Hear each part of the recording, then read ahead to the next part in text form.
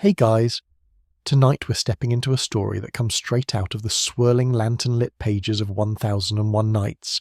You're in Basra, a port city that smells like every spice rack in the world got knocked over at once.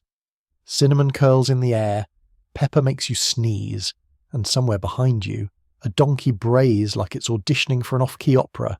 You're probably not going to survive this one, at least not with your wallet intact.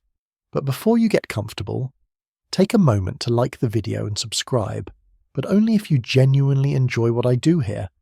And hey, tell me your location and what time it is where you're listening, because I love knowing where these bedtime voyages drift.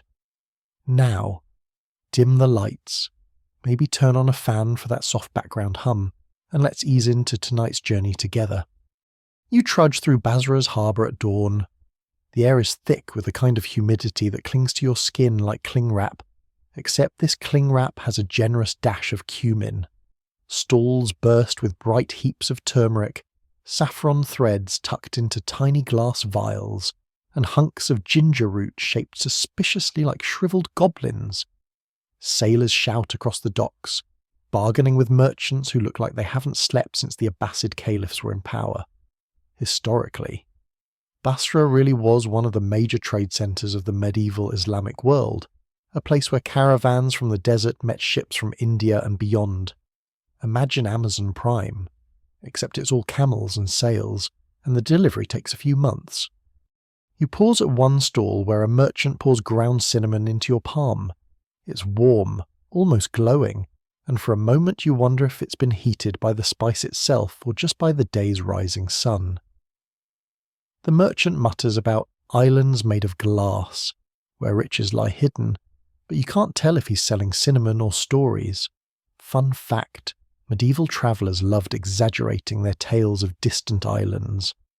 Marco Polo once swore that pepper grew on trees like grapes, which is adorable, but also completely wrong.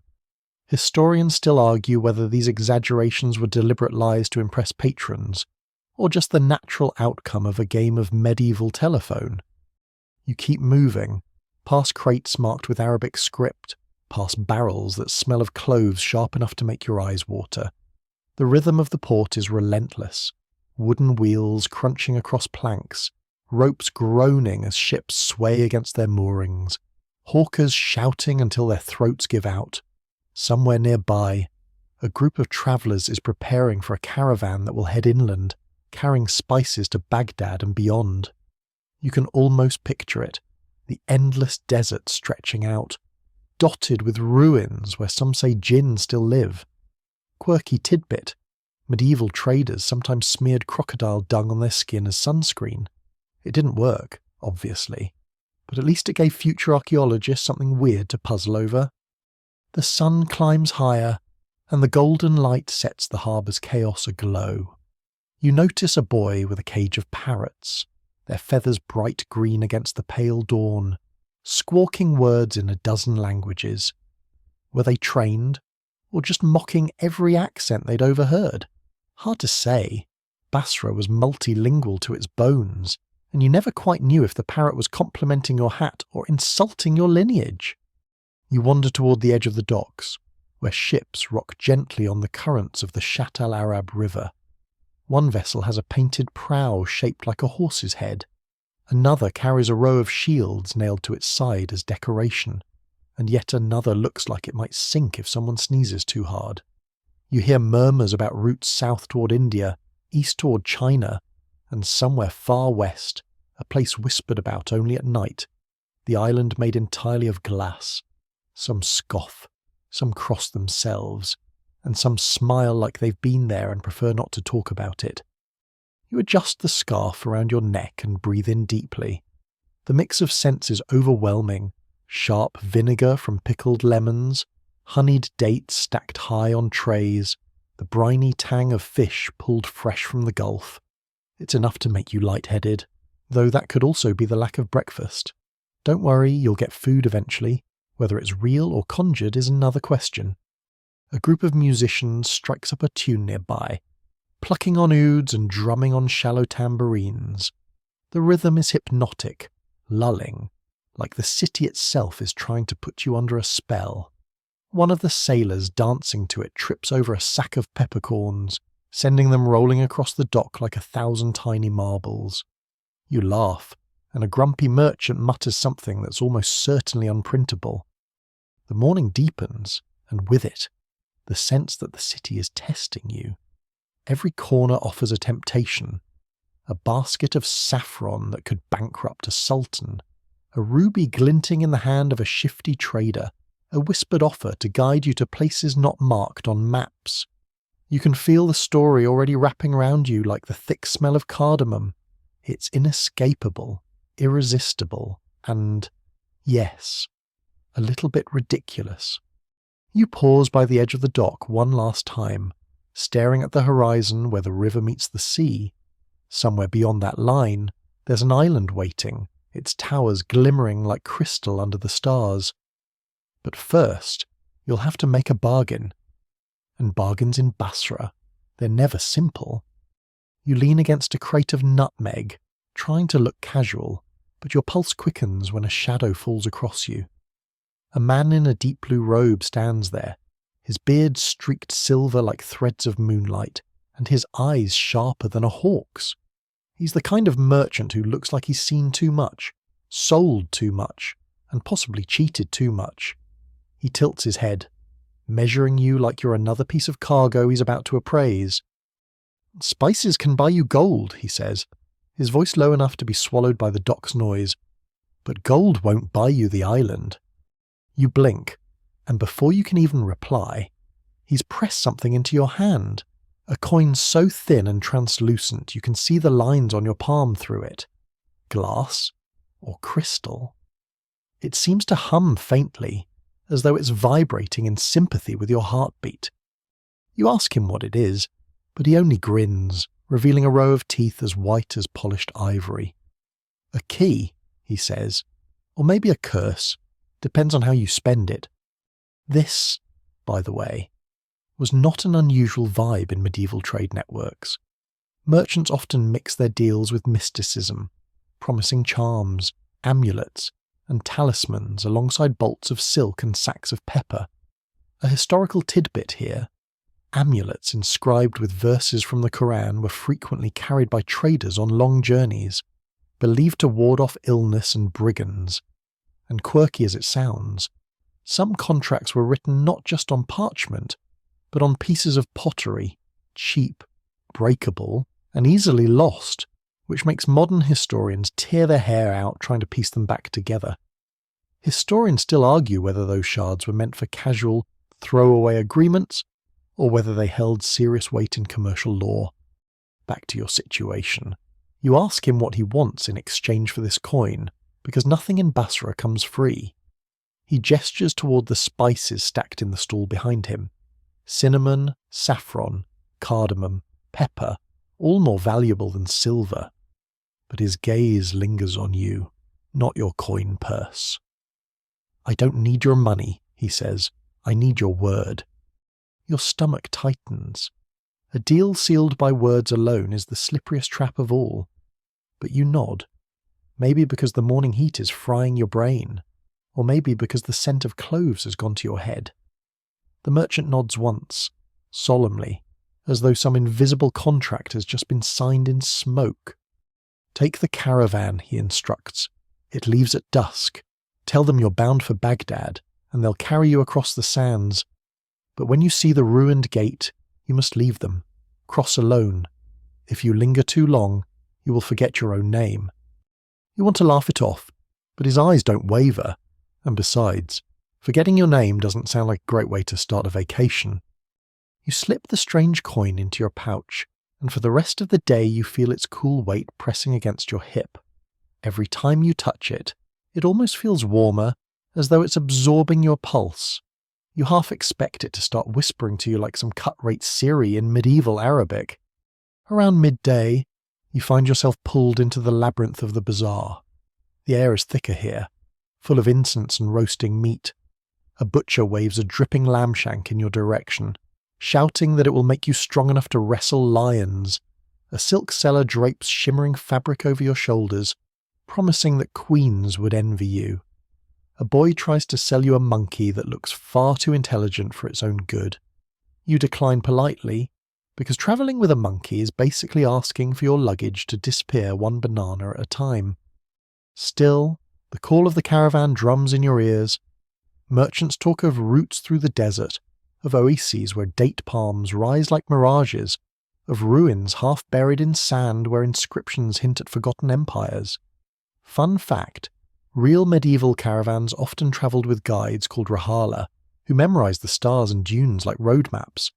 Some even claimed they could smell rain before it fell, which is both impressive and slightly creepy.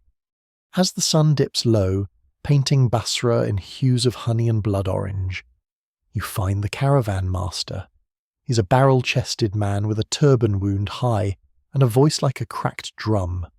He sizes you up in one glance, then waves you toward a camel that looks only slightly homicidal. This one spits less than the others, he says.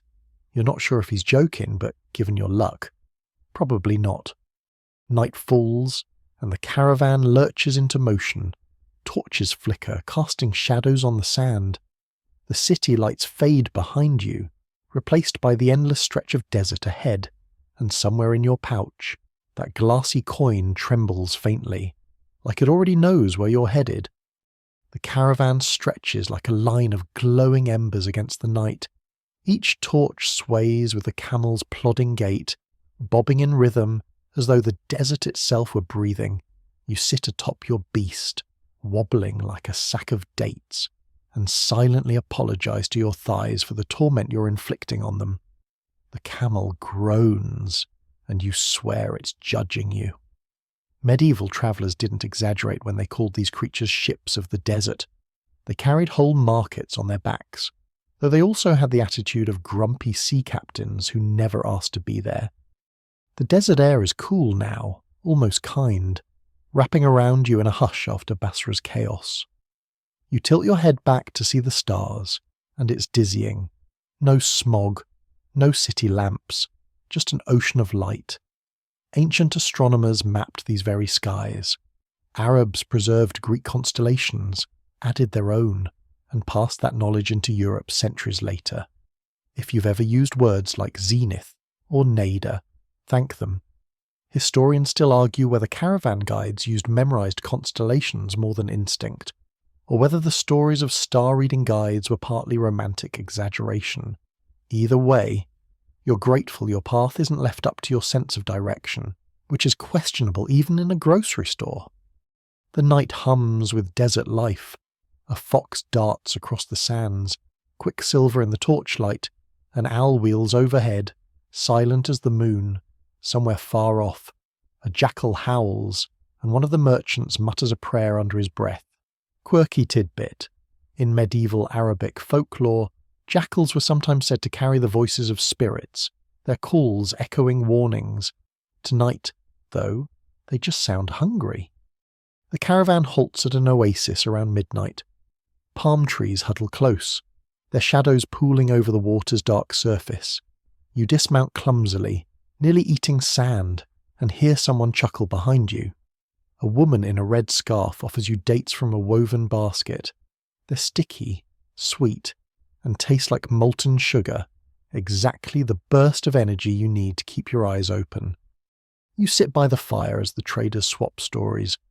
One man claims he once rode all the way to Samarkand without stopping, which is physically impossible unless his camel was secretly a Ferrari. Another swears that a city lies buried under the dunes, its minarets intact, its treasure untouched because anyone who digs there forgets what they were doing. A third insists the sand sings when the moon is full, like a chorus of lost souls. You chuckle, thinking it's all exaggeration. But when you lean back and close your eyes, you could swear you hear a low hum drifting through the dunes. At dawn, the desert shifts again. The sun doesn't rise gently here. It explodes over the horizon, spilling gold and fire across the sand. The temperature rockets up like someone cranked the thermostat to bake. Your scarf is suddenly too heavy. Your lips dry in seconds, and your camel, let's call it Grumbles, starts complaining with every step. The landscape ripples with mirages, pools of water that vanish when you blink. Some of the merchants don't even glance at them. They've seen enough false lakes to last a lifetime. You pass half-buried ruins around midday. Broken arches claw at the sky, stones carved with inscriptions eroded into whispers. One pillar leans like it's drunk, the other collapsed entirely. The caravan master mutters that this was once a great city, swallowed by sandstorms centuries ago. Scholars today actually debate whether desertification wiped out whole urban centres in Arabia. Some argue climate change drove people to abandon them.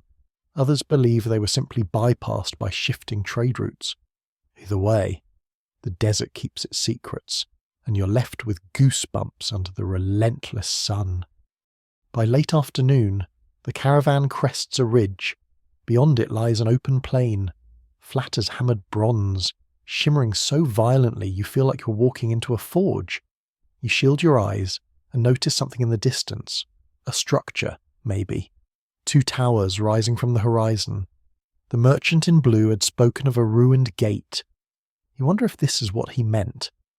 That night, the fires burn low and no one sings.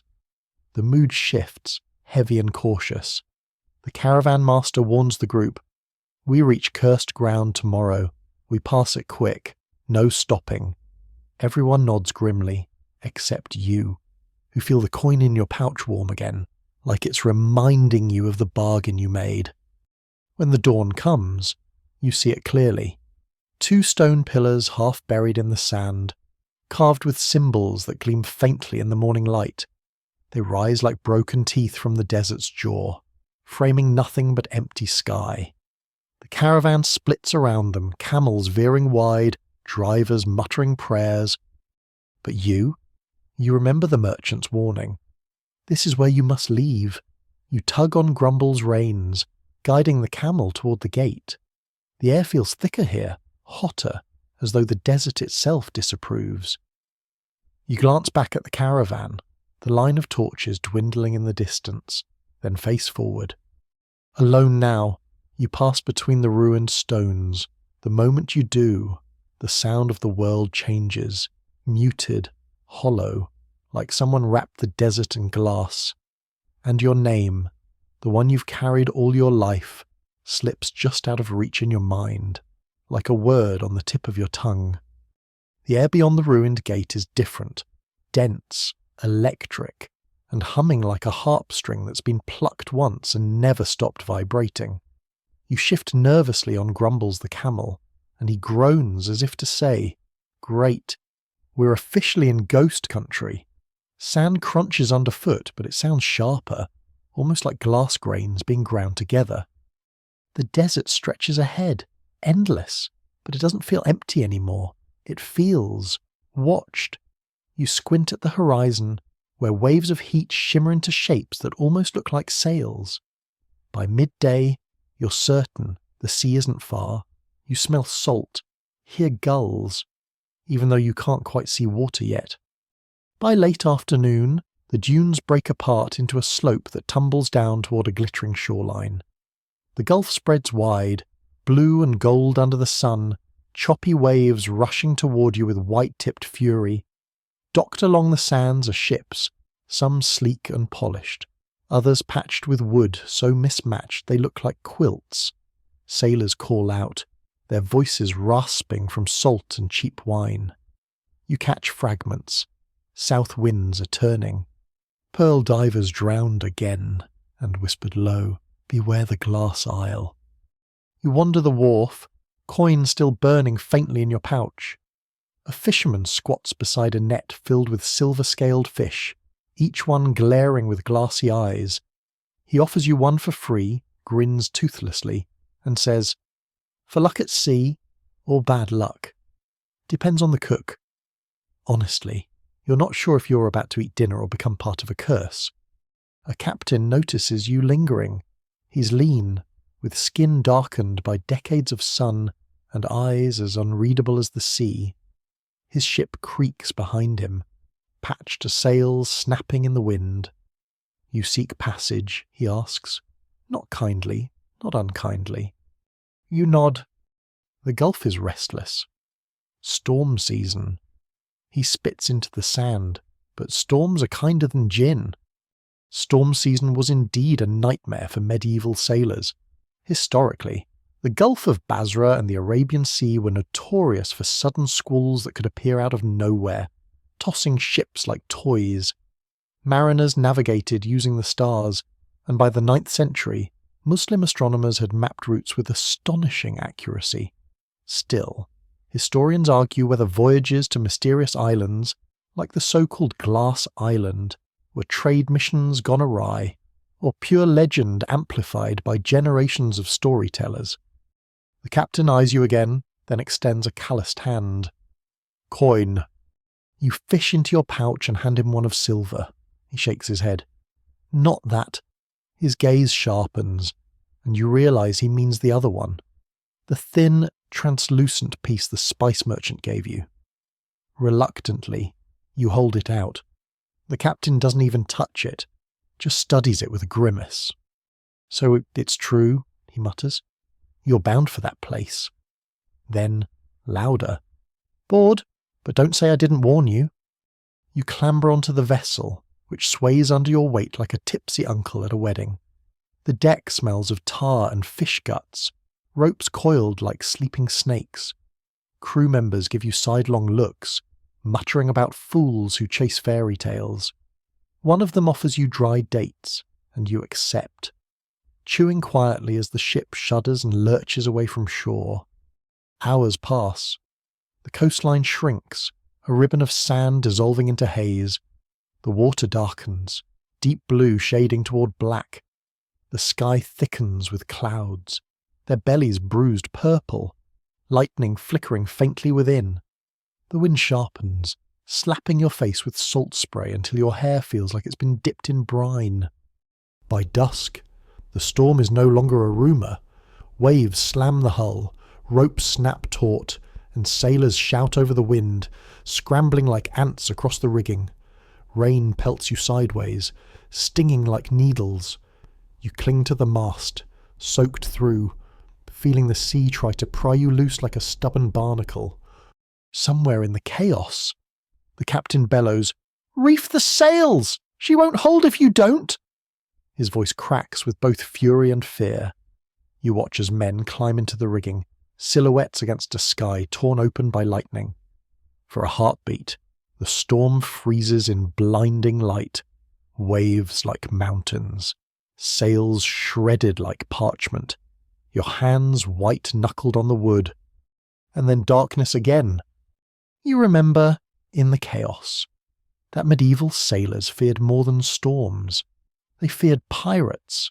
The Gulf was crawling with them, corsairs who struck under cover of bad weather, knowing ships were weakest then. You think you glimpse another vessel through the sheets of rain, a shadow, moving too deliberately to be a wave. Maybe your eyes are tricking you, or maybe the storm isn't your only problem. The ship groans, every board screaming. Water spills over the deck, sloshing around your ankles. A sailor near you mutters a prayer, clutching an amulet carved with stars. Another curses you under his breath, blaming the newcomer who brought a cursed coin aboard. The captain seizes the wheel, hair plastered to his face. "If the storm doesn't break us," he growls, "the island will." And as the ship lunges into the teeth of the storm, you feel the coin pulse hot in your pouch, guiding you toward a shore you haven't yet seen. The storm doesn't last forever. It claws at the ship until dawn, then dies abruptly, leaving a sky so clear it feels like the world has been scrubbed clean. The sea flattens, the wind drops, and the sailors stagger across the deck like survivors of some divine prank. You wipe salt from your eyes, though the sting lingers, and lean against the railing to steady yourself. The horizon gleams, and then you see it, a shimmer too solid to be a mirage, too bright to be mere water. At first it looks like sunlight caught on the waves, but as the ship drifts closer, towers rise from the sea, towers of glass. They glimmer like spears of frozen lightning, stretching high above the water. Some are smooth and sheer, reflecting sky and sea alike. Others are faceted, scattering prisms that paint rainbows across the deck. You blink, rub your eyes, but the sight doesn't waver. The sailors whisper, some crossing themselves, others spitting over the side to ward off evil. The captain doesn't look away. There it is, the island of talking glass. His tone is flat, resigned, as if announcing taxes are due. You stare as the ship slides closer. The coastline of the island isn't sand but pebbled shards, translucent and sharp, crunching like broken chandeliers under the surf. The towers cluster like a crystal forest, some leaning precariously, others jutting at impossible angles. And there, yes, something moves. You swear you hear voices, faint at first, like distant chanting carried by the wind. The sailors avoid your gaze, but one mutters, "They say the glass sings when the moon is high." Another adds, "They say the glass remembers everyone who touches it." You don't ask what happens to those who leave fingerprints. Historically speaking, stories of enchanted islands peppered the medieval imagination. Sailors in the Arabian Gulf spoke of jeweled isles, magnetic mountains that pulled nails from ships, and seas of molten glass. Modern historians still argue whether these tales were born from misinterpreted natural phenomena, like volcanic glass shores, or if they were purely allegorical, cautionary myths warning sailors not to stray too far. The ship anchors awkwardly, ropes scraping against glass pylons that ring like bells when struck. You disembark, your boots crunching across the shards. The air here hums, an endless note that seems to come from nowhere and everywhere at once. It prickles the hairs on your arms, even grumbles, hauled reluctantly onto the shore, refuses to move farther inland, glaring at you with the disdain only a camel can manage. You walk forward, each step echoing like a tap on crystal. The towers loom, casting reflections that don't quite match your movements. You lift your hand, wave at your reflection, and it waves a beat too late. Charming. Nothing creepy about that. The voices grow clearer as you approach the first tower. Not voices exactly, more like vibrations, translated by your bones. They murmur in dozens of tongues, some you recognize, some older than any you've heard. One phrase pierces through, "Welcome." Wanderer. You freeze. Did it come from the tower? From inside your own head? Hard to tell. A breeze rattles the glass like 1,000 flutes. The sound is haunting, beautiful, and deeply unsettling. You rest your hand against the smooth surface, and warmth pulses back, not the heat of the sun, but something interior, as though the tower itself is alive. Images flicker across the surface, caravans trudging across deserts, ships breaking on reefs, merchants weighing spices. You jerk your hand away, heart hammering. Quirky tidbit. Medieval travellers often swore they saw miraculous visions on long journeys, sometimes blaming heat stroke, sometimes divine revelation. One famous account describes sailors who saw entire phantom cities rising from the sea, only to vanish at dawn. Historians still debate whether these were mirages caused by atmospheric refraction, or a clever sailor's attempt to justify why he came home empty-handed. You continue deeper into the island. The ground alternates between smooth plates of glass and jagged shards that crunch with every step. The towers lean together, forming corridors that glisten with shifting light. At one point you glimpse a shadow darting across the reflection, but there's no one beside you. Another time. The glass whispers a name you haven't spoken in years, a name you thought only you remembered. By dusk, the island glows. The setting sun ignites every surface, scattering fire across sea and sky. The whole place becomes a lantern, alive and impossible. And as darkness falls, the towers begin to hum in unison, resonating with a low, bone-deep chord that makes your teeth buzz. The sailors back on the ship refuse to come ashore, but you, caught by the music, the reflections, the promise, step forward. Somewhere in the gleaming labyrinth, laughter echoes, light flares, shadows twist, and you realise you're no longer alone. The laughter drifts like chimes, high and delicate, yet threaded with something sharper, like crystal on the verge of cracking. You follow the sound deeper into the island, the towers reflecting your torchlight in dizzying patterns. Every surface is a mirror, every shadow doubled. At last, a glow rises ahead, warm, golden, flickering like firelight. You emerge into an open plaza surrounded by columns of pure glass. At its centre is a banquet table, long, gleaming, set with dishes that steam invitingly. Platters of roasted lamb glisten, skewers of spiced fish curl with smoke, and bowls of rice sparkle with saffron threads so vivid they look painted. Silver goblets brim with pomegranate juice, ruby red under the fire's glow. You blink, half expecting the food to vanish like a mirage, but the smell hits you, savoury, mouth-watering, real. "Welcome, traveller," a voice intones. The figures at the table turn toward you. At first glance, they look human. Men and women in robes embroidered with patterns of stars and waves. Their skin, though, gleams faintly translucent, like blown glass lit from within. When they smile, light fractures at the edges of their lips. They beckon, as if you're late to dinner. Your stomach growls, which is unfair, considering you're currently debating whether the guests are human, djinn, or particularly fancy light fixtures. Still, you sit cautiously. A servant, also shimmering, hollow-eyed, places a dish before you. Roasted dates stuffed with almonds, glistening with honey. You take one, bite cautiously. The taste is incredible, warm and rich. And then, before your eyes, the dish refills itself. Every time you take a piece, another appears. This is not unheard of in old tales. Legends across the medieval world describe banquets that replenish themselves endlessly. Some scholars argue these tales were inspired by actual automata, mechanical marvels built in courts like Baghdad's House of Wisdom, water clocks, toy birds, even serving devices that refilled cups using hidden hydraulics existed. Historians still argue whether travellers exaggerated these marvels into myths of magical feasts.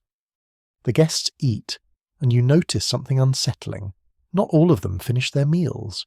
A man in green reaches for a goblet, sips once, and vanishes, goblet and all, leaving only a shimmer in the air. No one reacts. They keep talking, laughing, chewing. As if this happens every night. Another woman bites into a fig, and halfway through her laugh, she flickers and disappears. You drop your fork, pulse hammering. "Eat," the glass-skinned host urges, his smile widening too far. "You must keep your strength." You nibble slowly, wary.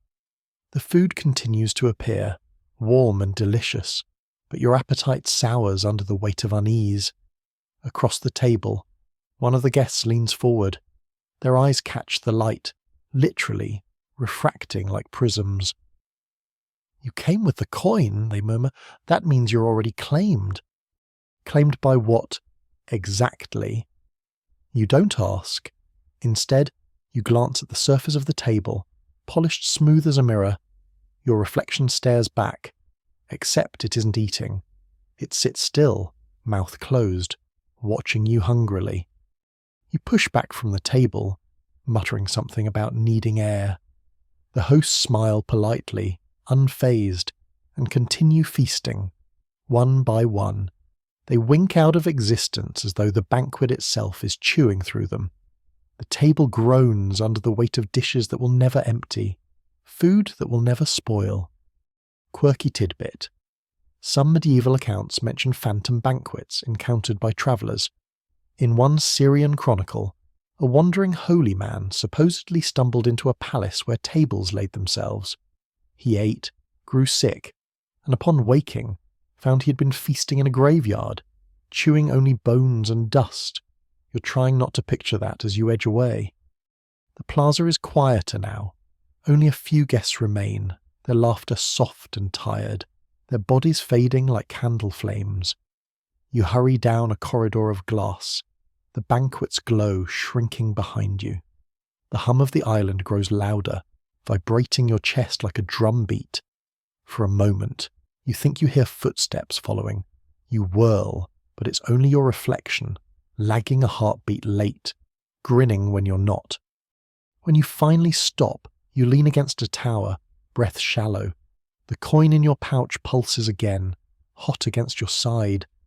You wonder if you're being guided or herded. Above, the towers glimmer with captured starlight, and the island whispers, coaxing you deeper. The corridor of glass leads you down and down, as if the whole island spirals inward toward a secret heart. Your footsteps echo, crisp and fragile, like the tap of crystal on crystal.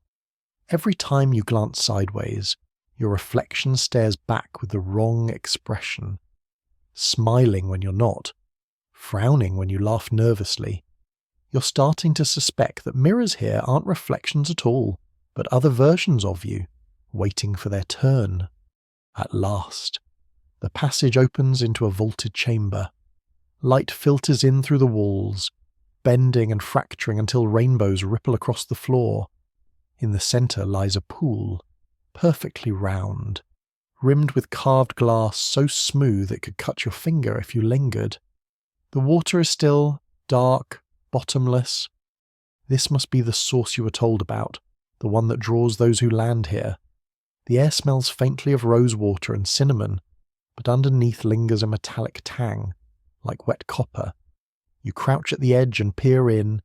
Instead of your face, you see another scene entirely, a crowded marketplace. The bazaar bustles with colour and sound. Carpets woven with gold threads ripple in the breeze. Baskets overflow with saffron, pepper, and cloves. Merchants haggle, voices rising above the call of doves overhead. You even catch the clink of coins, the laughter of children darting between stalls. It looks so real you almost expect the smell of grilled lamb skewers to waft up. Quirky tidbit. Medieval travellers often wrote of magic pools that show distant lands. The philosopher Al-Kindi described optical experiments with polished metals and water surfaces that could reflect entire horizons. Historians still argue whether these accounts hint at early understandings of the camera obscura, or if people simply loved a good campfire story about enchanted mirrors. The pool ripples, the market dissolves. Now you see a stormy sea, ships tossed like toy boats, men cling to rigging, shouting over waves. A mast snaps with a sound you feel in your chest. The water shifts again, and suddenly you're staring into a desert camp at night, a caravan kneeling under stars. The visions flicker faster, one after another, too quick to process. Palaces, deserts, rivers, forests, until the images blur into a spinning kaleidoscope. You stumble back, dizzy. But the pool isn't finished. It calms, slowly, like a breath held and released, and there, clear as day, you see yourself, or rather, a version of yourself walking through the glass island's corridors. But further ahead, the reflection, he carries a staff, wears a crown of light, and strides confidently as though born to rule this place. You're just kneeling here, sweating over a magic puddle. The water voice, yes, a voice now, whispers, "Choose the path." You frown, classic cryptic nonsense. Choose what path? The visions spin back to the marketplace again. You almost reach forward, half tempted to fall in. Then you notice, the pool is not water at all. It's glass, molten and alive, shifting like liquid light. You see your reflection smiling again, except this time, it winks. A chill crawls down your spine. Pools that talk. Reflections that move on their own. This place is clearly more than a funhouse for lost sailors. You wonder if this is how the other feasting guests disappeared. Consumed not by food, but by the very visions the island creates. Fun historical fact. in Baghdad around the 9th century. The famed House of Wisdom collected texts on optics, geometry, and light. Scholars like Ibn al-Haytham experimented with mirrors, lenses, and refractions. Some inventions could make images appear where they weren't, almost holographic in effect. Historians still argue whether such experiments seeded myths of magical pools that revealed distant lands. You cup water, well, whatever it is, in your hand. It's cool and heavy, thicker than water, almost like quicksilver. The drop falls through your fingers and splashes on the ground. When it hits, the floor shows the same marketplace you saw earlier, except this time you're standing in it. The voices are louder. The smell of cumin and roasted meat rushes through your senses. You stagger, half in two places at once, stomach lurching. Do you lean forward and step through, or pull back before you're swallowed whole? You don't get to decide. The pool heaves suddenly, like something rising beneath it. The chamber trembles, rainbows shattering across the walls, and from the liquid glass, a hand emerges, slender, crystalline, dripping shards that vanish before they hit the ground. Then an arm, then a figure pulling itself upward. It is you, or rather the version of you from the pool, crowned, regal, eyes lit with a steady fire you don't recognize in yourself. The double steps out onto the glass rim, droplets steaming away. It smiles gently, knowingly, like an older sibling about to tease you. About time you caught up, it says. Its voice is yours, but stronger, clearer, threaded with authority. The island hums, louder than ever. The visions fade, leaving only the two of you in the chamber, one clutching an empty pouch with a coin still pulsing inside, the other already glowing like the rightful master of the glass island. The chamber hums with a resonance that shakes your teeth, a sound like glass being sung by invisible fingers. You and your double face each other in the rainbow-streaked light, two silhouettes mirrored but not quite matched. The crown of light above their head flares brighter with each pulse, while your coin grows hotter in your pouch, as if competing for dominance. Don't look so shocked, your other self says, stepping closer. The crystalline floor doesn't even creak under their weight. You wanted a guide, didn't you? Here I am. You stammer something halfway between a protest and a nervous laugh. Having your reflection walk out of a magical puddle and start talking is not on the average traveller's to-do list. Your double tilts their head, amused. You think this island chose you by accident? No. The glass island collects. It waits. And when the right person arrives, it divides them. What is hesitant from what is sure?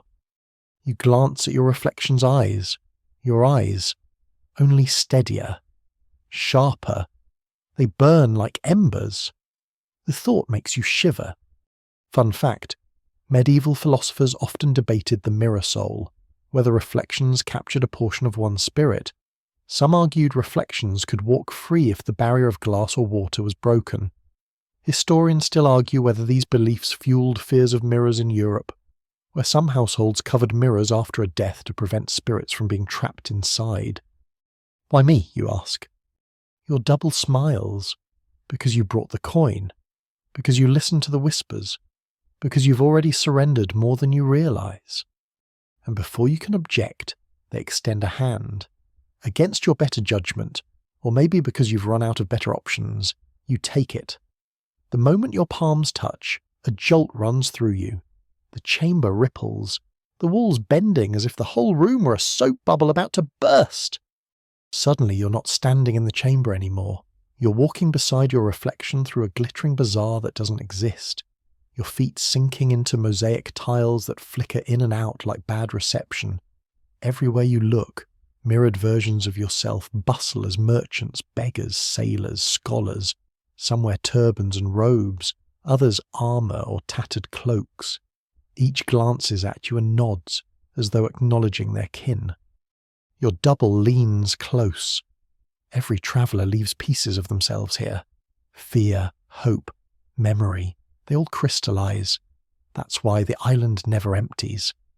And sure enough, You notice the merchants at the stalls are selling strange goods, jars filled with bottled laughter, cages of flickering shadows, heaps of seashells that whisper secrets if you hold them to your ear. You can almost recognize your own voice in one of the jars, high and panicked. Quirky tidbit. Some Arabian tales describe bazaars where people traded intangible things, dreams, shadows, even days of their life. The idea wasn't purely fantastical. In real history, debt contracts in the medieval Islamic world sometimes equated lost time to lost wealth, treating time itself as a commodity. You pass a stall where an old man shaped entirely of cracked glass holds out a polished shard.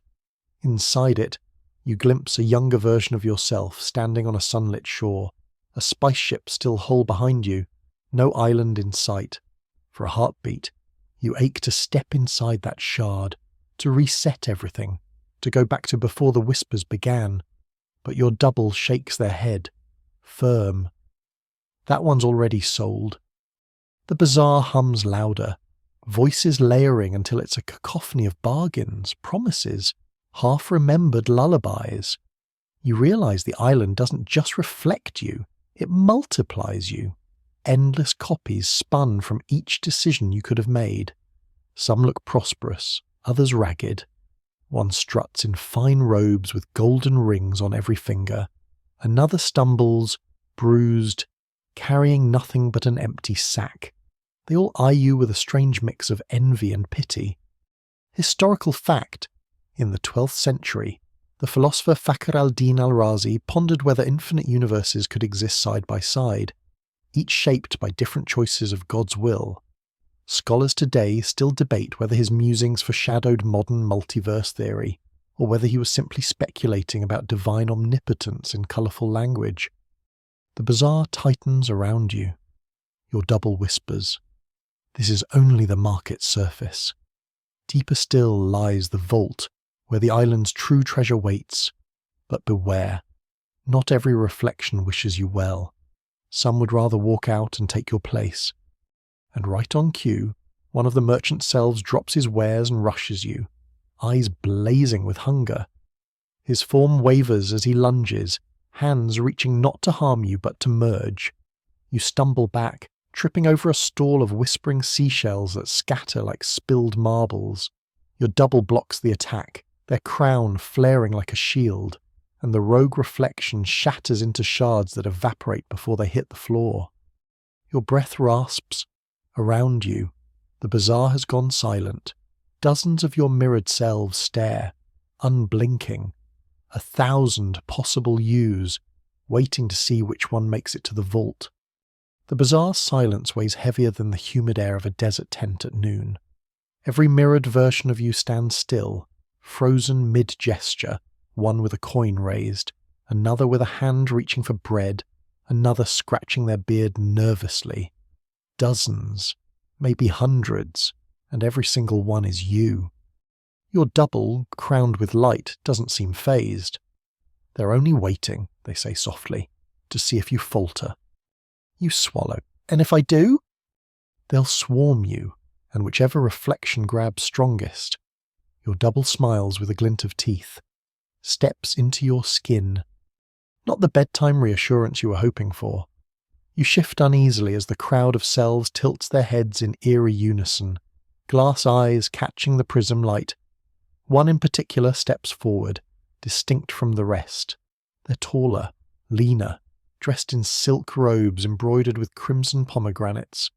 Their smile is all charm, but it doesn't reach their eyes.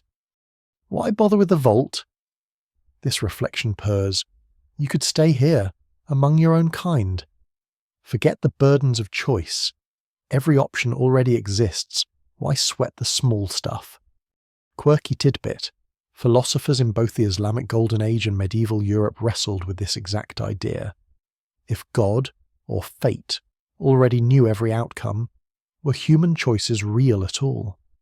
Historians still argue whether thinkers like Averroes and Aquinas leaned toward free will or divine predestination.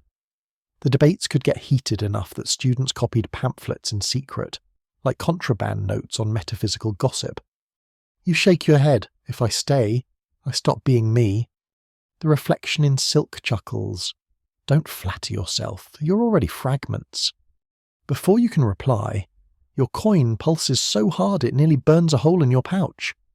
The bazaar quakes, stools topple, jars of bottled laughter shatter, voices escape in shrieks and giggles that spiral into the sky.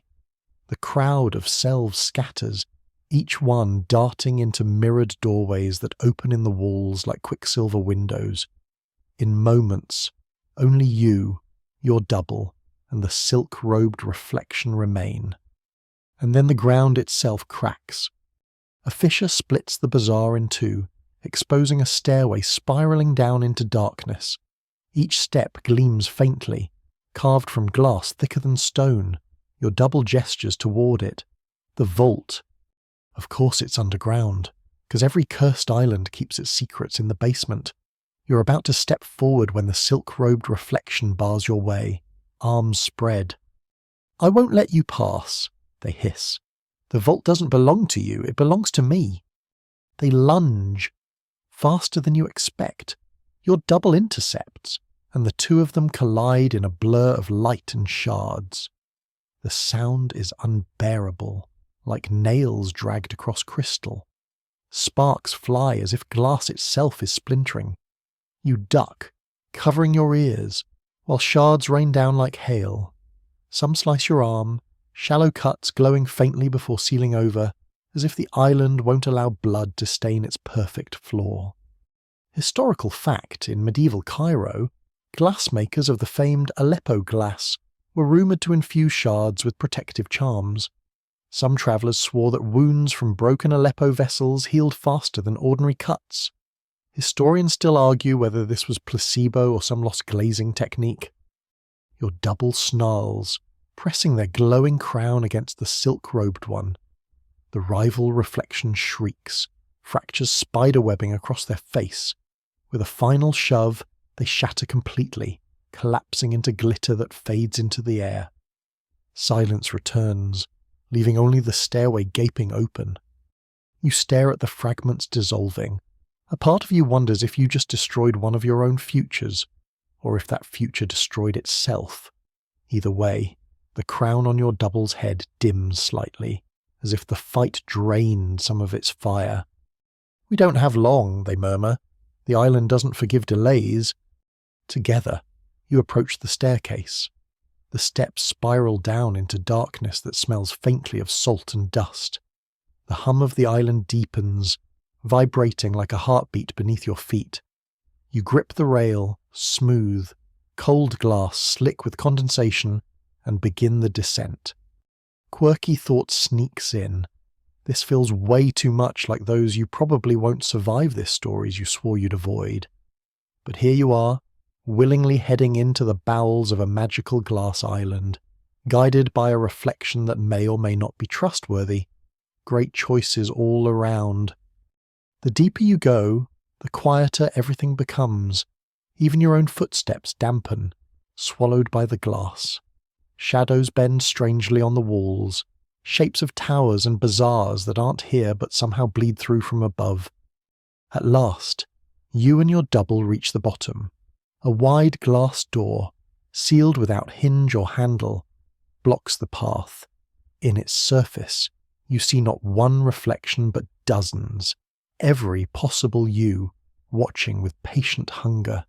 Some smile, some sneer, some silently mouth words you can't hear.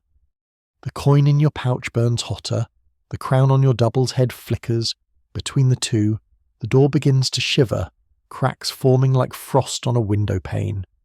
Whatever lies beyond, you're about to find out, whether you want to or not.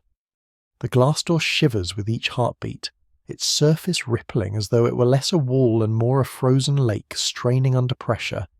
You press a hand against it, and the cold shoots through your palm, sharp enough to sting. For a moment, the dozens of reflections trapped inside look back at you, not passively, but expectantly, as though waiting for you to finally acknowledge them. Some look eager, others terrified. A few are whispering, lips moving in silence. Your double places their glowing hand beside yours, and the crown above their brow flares with a brilliance that makes the chamber feel like dawn breaking underwater. It opens only when both halves of you agree, they murmur. You hesitate, and if I don't agree? Their eyes narrow, the same shape as yours, but steadier. Then you'll wander here until you crack. The island doesn't let indecision linger. The coin in your pouch flares like molten fire. Almost instinctively, you nod, pressing harder against the door. It splinters, not outward, but inward, curling like petals of a glass flower peeling open. Beyond lies a vault so vast it steals your breath. The ceiling arches high, latticed with threads of molten crystal that pulse faintly like veins under skin. Shelves rise in concentric rings, stacked with objects suspended mid-air as though gravity has given up. Some are simple, coins, scrolls, jars sealed with wax. Others are stranger, clocks that tick backward, hourglasses where sand flows up instead of down, glass birds frozen mid-flap. Each glimmers faintly, a trapped memory waiting to be claimed. Historical fact: medieval treasuries sometimes stored not just wealth, but curiosities, strange artifacts brought back by travellers. In Baghdad, accounts describe automata, singing birds, and even intricate glass flasks said to contain spirits. Historians still argue whether these were exaggerations, misunderstood science, or actual lost inventions. The air here is thick with the weight of centuries. It smells faintly of spices, cardamom, clove, and anise, like the breath of old caravans. Every step echoes like a bell struck in slow motion. You trail a finger along a hovering jar, and a vision flares inside it. A memory of you at 10 years old, stealing dates from a merchant stall and laughing as you fled down an alley. The jar trembles as though it wants to follow you. You snatch your hand back. This is the vault, your double says, voice reverent. Every choice you've made, every trade, every slip of the tongue, it all ends up here. The island feeds on decisions, crystallizes them, and waits for someone strong enough to weave them into one whole. You squint. So, what? I'm supposed to Marie Kondo my own life until only the Sparkjoy choices remain. They actually laugh, a sound like yours, but richer, more certain. In a way. You move deeper into the vault. Some artifacts pulse brighter as you pass, almost tugging at you. A broken sandal, a dried sprig of saffron, a cracked clay cup, mundane objects that seem absurdly unworthy of a magical treasure chamber. Yet each radiates a thread of significance you can feel tugging your chest. You realize these are anchors, moments of decision spun into glass, no matter how trivial. Quirky tidbit. One Persian chronicle describes a mystical treasury where even the crumbs of bread left by a beggar were preserved because they held the weight of human intention. Some historians dismiss it as allegory, others point to it as evidence of a broader belief that objects carry spiritual residue. At the vault's centre stands a pedestal. Upon it rests a single item, a crystalline staff. It's taller than you, etched with patterns that shift when you blink, as if the glass itself remembers every language ever spoken. The coin in your pouch vibrates violently, almost painful. Your double places a hand on the staff. This is the island's heart. Whoever wields it doesn't just walk the reflections, they command them. Every possible you becomes one. You eye the staff warily, and I'm guessing it doesn't come without strings attached. Of course not. Their smile is sharp now. Power never does. You approach, pulse hammering. The staff hums as you near, harmonizing with the island's endless drone. You stretch out a hand, fingertips brushing the glass. The vault trembles, shelves quake, jars rattle, memories flicker. Every reflection in the chamber's walls leans forward, eyes wide, as though desperate for you to decide. Historians still argue whether the great libraries of the medieval world, like Alexandria or Baghdad, were imagined by later storytellers as infinite vaults of memory. Maybe that's what this is, a story's exaggeration made real. Or maybe you're about to prove all those arguments laughably small. Your hand closes on the staff, the coin in your pouch liquefies, searing hot, and then vanishes as though absorbed. For a breathless moment, you're not in the vault at all. You're standing in 100 places at once. The bazaar, the banquet hall, the storm-tossed sea. You feel every choice you ever could have made burning through you like fire. When your vision clears, the staff is in your hand. Your double is gone, or perhaps not gone, just inside you now, that confident, unyielding, half no longer separate. The crown of light hovers faintly above your own brow. The reflections clap softly in unison, a glassy applause that echoes through the vault, but you're not sure if they're congratulating you or welcoming their new jailer. The vault's applause fades into a low, crystalline hum that reverberates through your chest. The staff feels both weightless and impossibly heavy in your hands, like it contains the gravity of 1,000 lives. The crown above your head flickers brighter, steadying as though it has finally found its rightful anchor. You take a step forward, and the entire vault tilts with you, shelves bowing, objects trembling in resonance. For the first time, you realize the island isn't just a place, it's listening. You swing the staff experimentally. The air ripples, and one of the hovering jars nearby bursts open with a soft chime. Instead of shards, a memory spills out, a younger you stumbling through a spice caravan, sacks slung too heavy over your shoulders, laughing despite the sweat. The memory floats for a moment before dissolving into mist. You blink. Did I just delete myself? Your voice echoes 100-fold through the chamber. Some reflections in the glass cheer, others groan as though they've lost a bet. The staff thrums in your hand, eager for more. Historical fact. In medieval Islamic mysticism, scholars often spoke of the preserved tablet, a divine ledger where every human act was inscribed. Some believed the righteous could glimpse their record before judgment. Historians still argue whether these tales inspired later legends of enchanted books or vaults of memory. You test the staff again, this time pointing it toward the broken sandal you noticed earlier. The artifact vibrates, shivers, and then reforms itself into a gleaming boot of glass. A strange warmth floods your chest, as though you've reclaimed not just an object, but a forgotten strength. The reflections in the walls murmur, their voices layering like wind through reeds. "Careful," one whispers, its lips moving in sync with your own. Your confidence surges and falters in the same breath. The power is intoxicating, yet every use seems to ripple outward, stirring echoes you can't control. Your double's voice, still inside you, speaks softly. The island offers, but it also demands. Quirky tidbit. Explorers of medieval seas sometimes wrote about islands that fed on souls. Some accounts describe sailors lured ashore by feasts or music, only to vanish without trace. Historians still argue whether these tales were metaphors for reefs, pirates, or simply overactive imaginations after too much salted fish. As if responding to your thoughts, the vault quakes, the shelves shudder.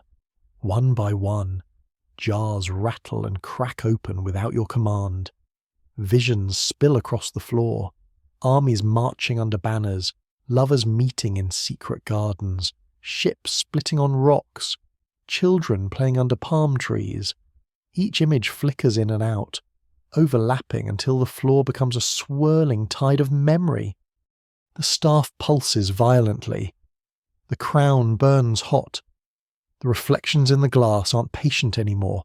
They're pressing against the barrier, straining to break free. Some claw at the walls. Others scream silently, mouths open wide. "This is too much," you mutter. And then the island itself answers. The hum rises, vibrating through your bones, shaking dust from the vaulted ceiling. A fissure runs across the floor, glowing with molten light. The entire chamber feels alive, like you're standing in the belly of a creature that just realized you're carrying its heart. A question burns in your mind, not spoken but pressed into you by the island. Will you rule, or will you serve?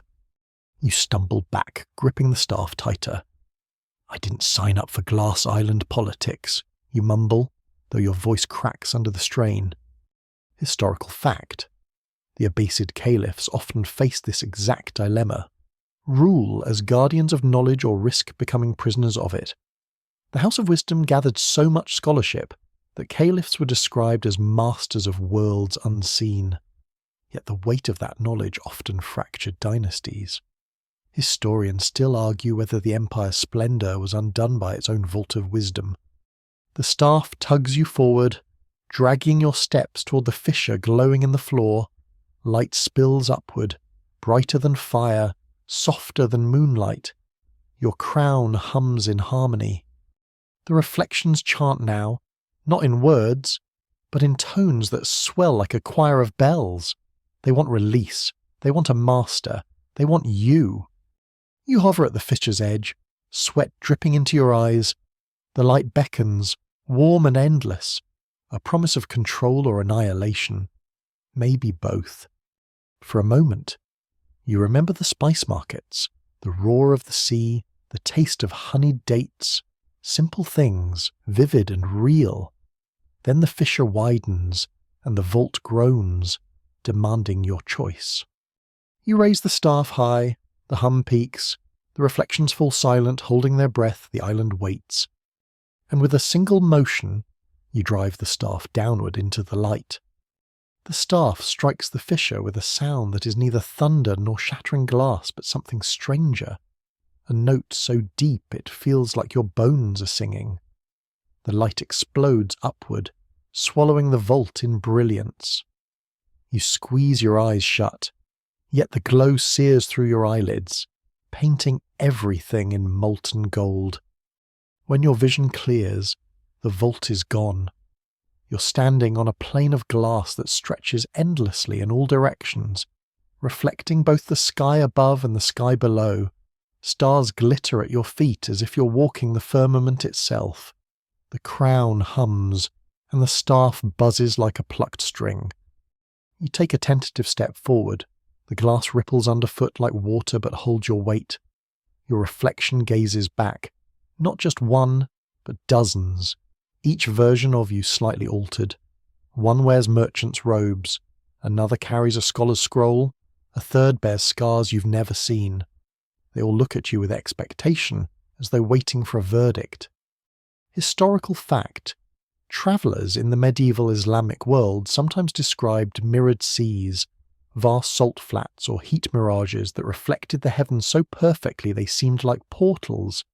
Some chroniclers thought they were entrances to parallel worlds.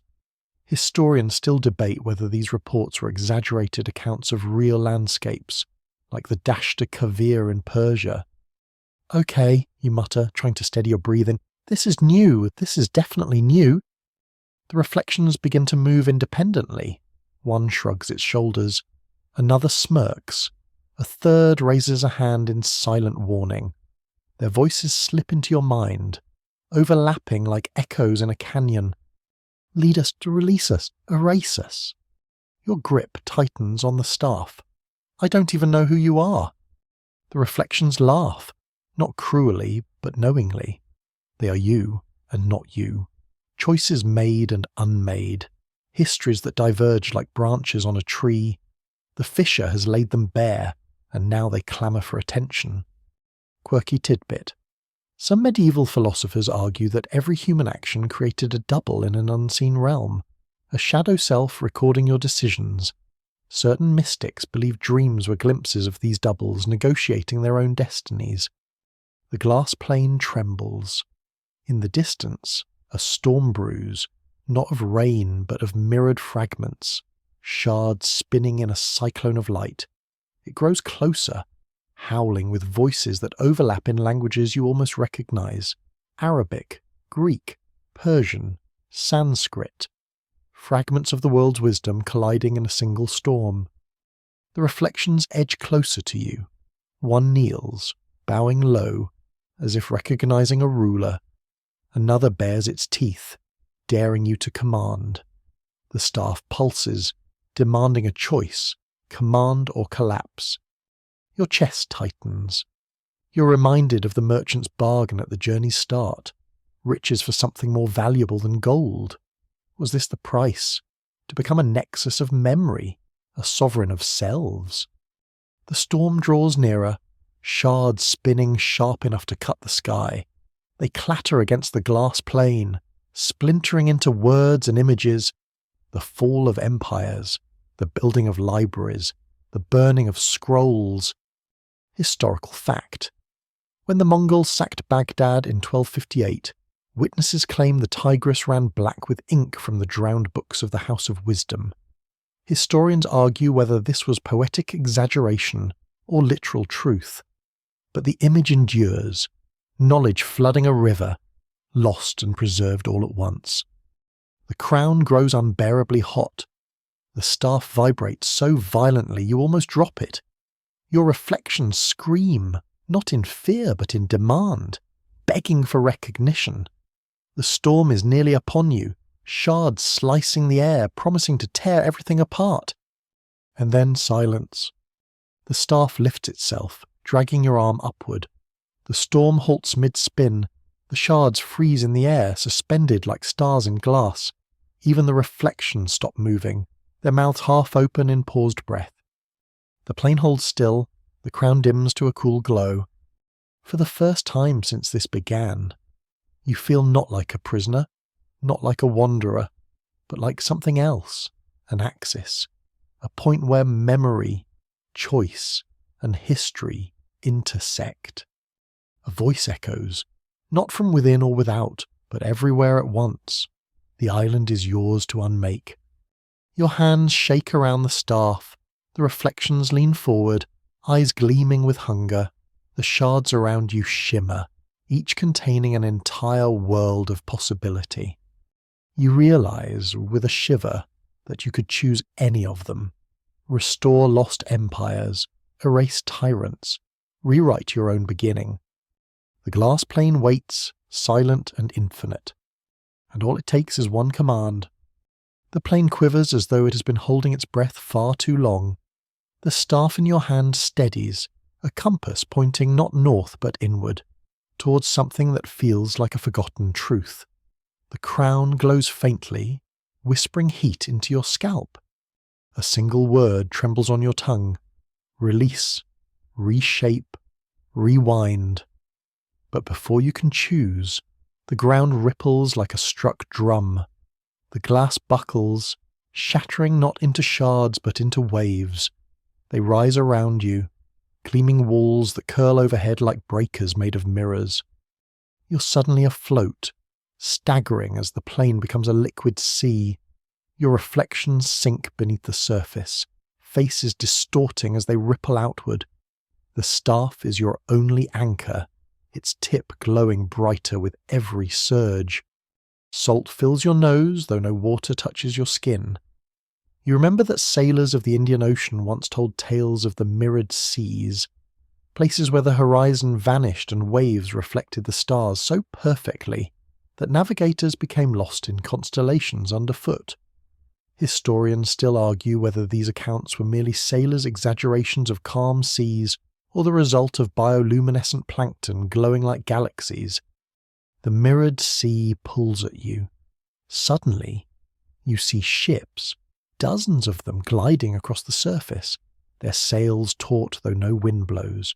They are not real vessels, but reflections, spectral doubles of ships you recognize from your journey. The creaky Gulf trader, the caravan supply boats, even wrecks you glimpsed lodged in the glass island shores. All of them converge, circling you like sharks. The storm of frozen shards you halted earlier unfreezes. They collapse into the sea, splashing not water but fragments of memory, smells of cardamom, the clang of Baghdad's markets, the moans of sailors lost to the tide. The sea drinks it all, thickening with the weight of history. A wave rises behind you, and within it you see your own double. No crown, no staff, just you in simple robes. This reflection smiles with unsettling calm. "You're late," it says, though no sound crosses its lips. The wave crashes. You tumble into the mirrored sea. For a breathless instant, you're suspended in liquid glass. Your lungs burn, but you can see everything, timelines branching outward like coral reefs, the rise and fall of kingdoms, scholars scribbling manuscripts in candlelight, sailors dropping anchor in unknown harbours, and scattered among them, your own paths, lives where you became a spice magnate, a beggar, a scholar, a thief, all equally vivid. Quirky tidbit. Medieval dream manuals sometimes claimed that if you dreamt of drowning, it meant wealth was on its way. If you dreamt of floating, poverty would follow. Some mystics even tried to manipulate dreams to steer fortune, a gamble not unlike the one you're in now. You kick against the sea, the staff drags you upward, and you burst into air, except the air is not air but a mirrored sky, a dome reflecting you back at yourself. The ships below now sail upside down above you, their hulls scraping the heavens. You're trapped between twin oceans, one below, one above, each threatening to swallow you whole. The crown tightens, burning against your temples. The staff hums so loudly it rattles your teeth. Then, with a jolt, it projects a path, a narrow strip of stable reflection stretching forward across the chaotic sea. You stumble onto it, each step creating ripples. Behind you, the mirrored ships give chase, oars slapping the surface, sails snapping in a wind that doesn't exist. But what terrifies you most is not the ships, it's who captains them. Each vessel carries another version of you, glaring across the waves. They row harder, faster, their eyes fixed on you with an intensity that borders on hunger. Historians still argue whether the doubles in folklore, doppelgangers, shadow selves, originated as metaphors for conscience or as genuine supernatural sightings. Either way, meeting yours was considered an omen of death. The sea ahead narrows into a mirrored whirlpool. The staff vibrates wildly, urging you to leap. "Seriously," you mutter. "The last time I jumped into a hole, I ended up with voices in my head. But fine, let's make bad decisions consistently." With the ships closing in, you take the plunge. The whirlpool swallows you, spinning light and reflection into a tunnel that twists faster than thought. Your body becomes weightless. Your reflection fragments into dozens of copies, each spinning beside you. They scream, they laugh, they plead. At the tunnel's end, a surface glimmers, smooth, dark, absolute. You slam through it like breaking water. When you emerge, you're gasping on the deck of a ship. A real one this time. The sea around you is calm, but it reflects the stars so perfectly that you can't tell where the heavens end and the waves begin. The merchant stands there, alive, holding the chest that once refused to open. His smile is calm, infuriatingly calm. "Took you long enough," he says. The chest creaks, its lid begins to rise. And you know, whatever lies inside isn't just spices, it's the truth behind everything. The chest opens with a sound of wood sighing, as though it has been holding its breath for centuries. A glow seeps out, not bright but warm, like candlelight glimpsed through woven cloth. You lean closer, expecting gold or jewels. But what you see is stranger. Scrolls of parchment, vials of dust, shards of pottery, and a single feather that hums softly in the night air. The merchant lifts the feather reverently. "Not wealth," he says, "but memory." His eyes glint, equal parts pride and sorrow. The kind that kingdoms rise and fall to protect, or to destroy. You reach toward the chest, fingers brushing one of the scrolls. Words flare across your vision, not written in ink, but in fire, ancient scripts overlaying each other. You recognize fragments of Arabic, Greek, Sanskrit, even languages lost to history. They whisper of empires that rewrote themselves to erase inconvenient truths. Historical fact: the Library of Alexandria is often cited as history's greatest loss of knowledge. Yet historians still argue whether it was destroyed in a single fire or through centuries of neglect. The debate remains heated, because the truth, what was actually lost, can never be fully known. The merchant pushes the chest toward you. It's yours. But understand, every treasure here comes with a debt. You blink. Define debt. He smiles thinly. Time. Lives. Choices. You cannot carry memory without paying its weight. As if on cue.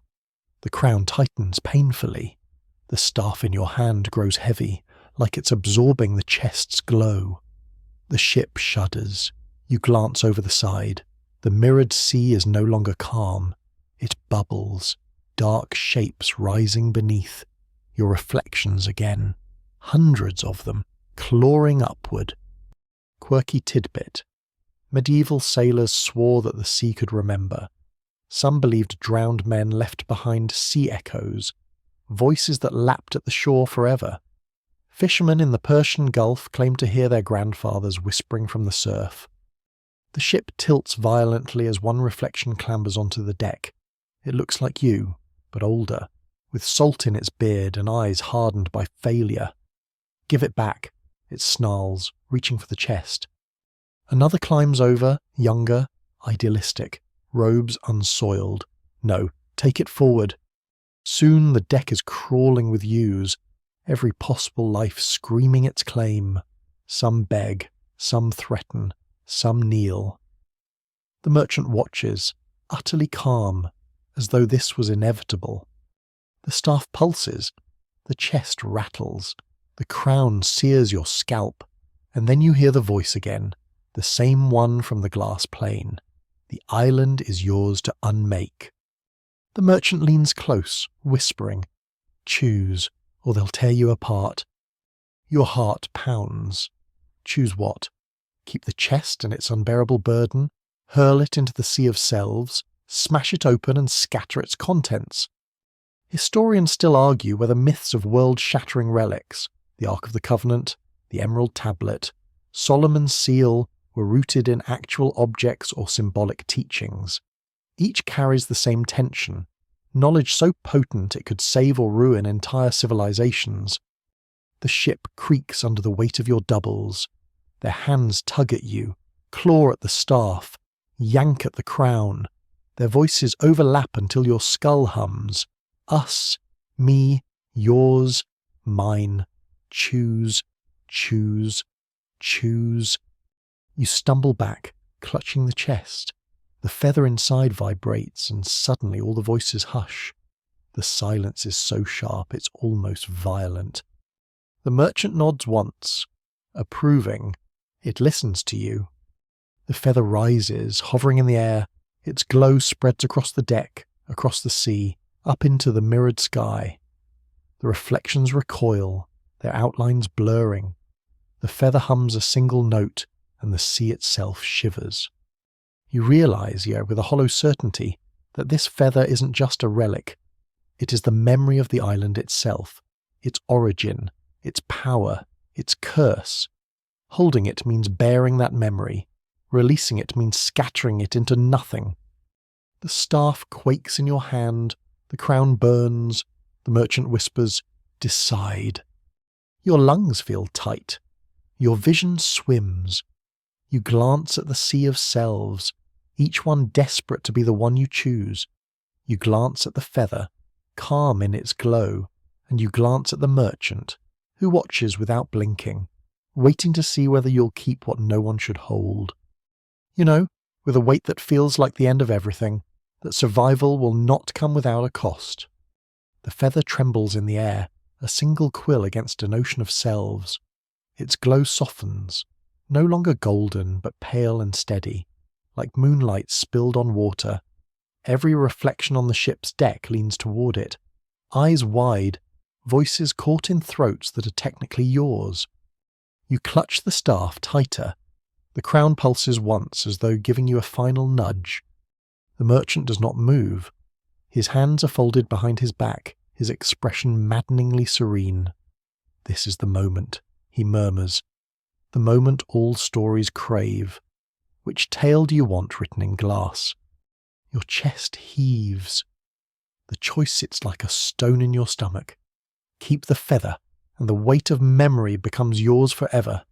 Release it, and the island dissolves, perhaps mercifully, perhaps disastrously. Historical fact. In Islamic philosophy, memory was often described as a trust, an amana, something given to humans that even the heavens hesitated to carry.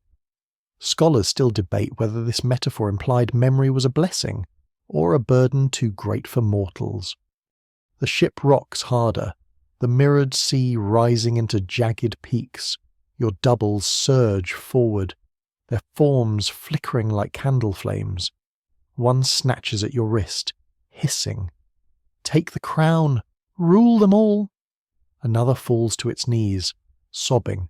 "Let it go. Let us rest." You almost laugh, breathless. Great. So either I become a cosmic librarian or I ghost half the universe. No pressure. The feather hums louder, drowning out their voices. You sense its impatience, if such a thing is possible. Quirky tidbit. Some medieval sailors believed feathers held the memories of birds, that a gull feather might whisper the sea routes it had flown, while a falcon's feather carried visions of desert horizons. Collecting feathers was thought to grant glimpses of hidden knowledge. The glow spreads wider.